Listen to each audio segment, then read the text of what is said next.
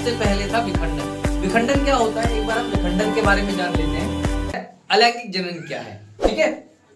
अलैंगिक जनन, जनन की वह विधि जिसमें केवल एकल जनक द्वारा ही नई संतान, संतान मतलब संतति मतलब संतान को उत्पन्न किया जाता है, उसे अलैंगिक जनन कहते हैं।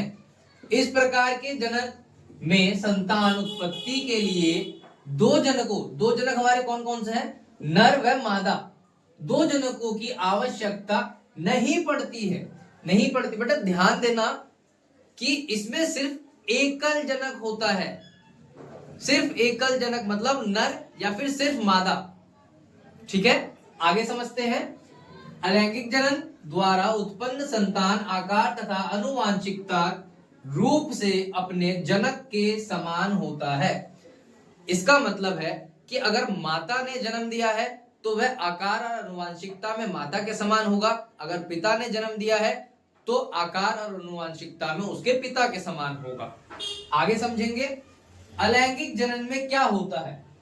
अलैंगिक जनन एकल जीव नया जीव उत्पन्न करता है।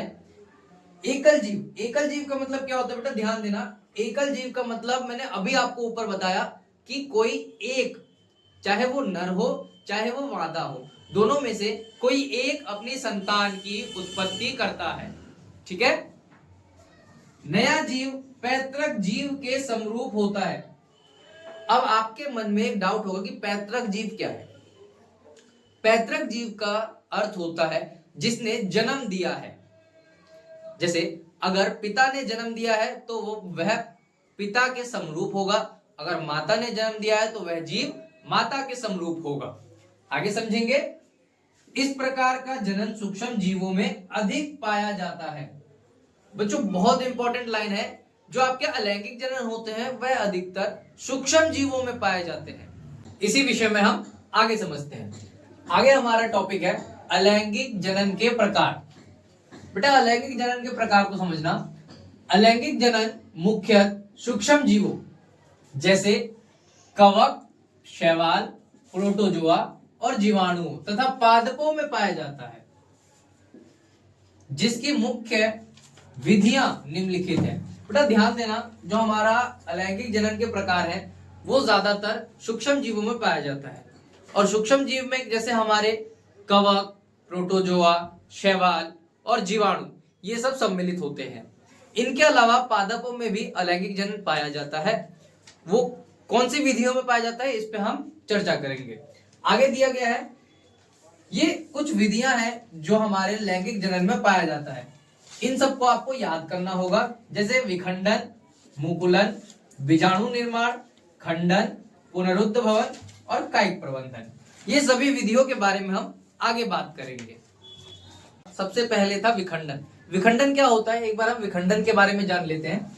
विखंडन में अलैंगिक जनन की यह विधि एक कोशिकीय जीवों में पाया जाता है।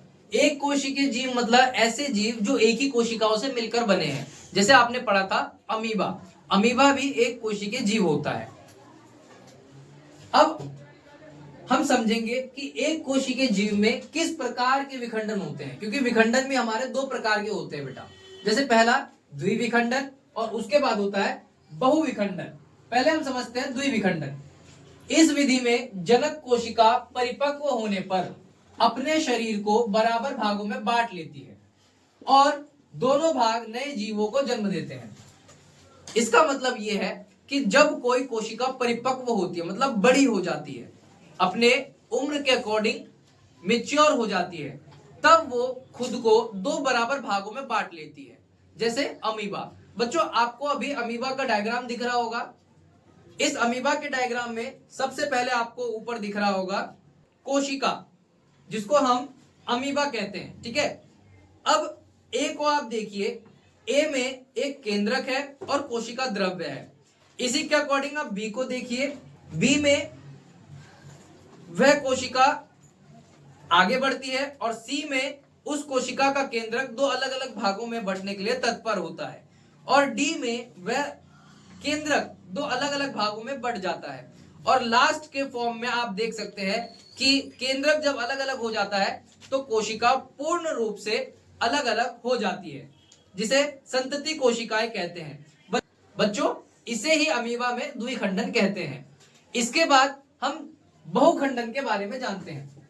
बहुखंडन इस प्रकार के अलैंगिक जनन में कोशिका संतति कोशिकाओं में टूटकर एक से अधिक नए जीवों को उत्पन्न करती है, जैसे प्लाज्मोडियम। बच्चों, बहुविखंडन कोशिका में एक कोशिका खुद को दो भागों में ना बांटकर, गौर करना मेरी बातों पे, दो भागों में ना बांटकर अनेक भागों में बांट लेती है, जिसके कारण बहुविखंडन विधि होती है। इसमें प्लाज्मोडियम एक मुख्य होता है, जैसे कि आपको आपके स्क्रीन पे प्लाज्मोडियम का चित्र दिख रहा होगा। आप देख सकते हैं प्लाज्मोडियम के बीच में एक केंद्रक है, उसके आसपास कोशिका द्रव्य है और उसके बाहर एक आवरण बना हुआ है। आप बी में देख सकते हैं कि वह केंद्रक कई भागों में विभाजित हो चुका है, और सी में आप देख सकते हैं कि केंद्रक के बहुत छोटे छोटे बिंदु हैं जो अलग अलग संतति में बदल गए हैं। इन बिंदुओं को हम संतति कोशिकाएं कहते हैं और इसी को हम सिस्ट को टूटकर संतति का मुक्त होना कहते हैं।